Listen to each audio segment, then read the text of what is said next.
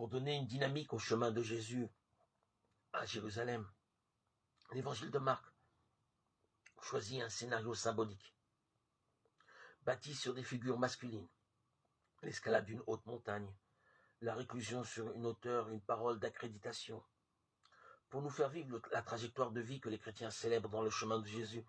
Il choisit en revanche un scénario bâti autour de figures féminines, la cavité d'un bateau, les entrailles de la terre, un sommeil qui régénère. Le chemin de Jésus est ainsi soigneusement distinct du chemin derrière Jésus, et l'histoire de Jésus ne se confond pas avec l'histoire de notre compagnonnage avec le ressuscité. Pour l'évangile de Marc, nous ne vivrons jamais le même chemin que Jésus, parce que Jésus le premier n'a pas vécu le même chemin que nous. Son passage par la mort n'a fait que rendre visible en lui une gloire qui était la sienne depuis le commencement, comme Christ est Seigneur.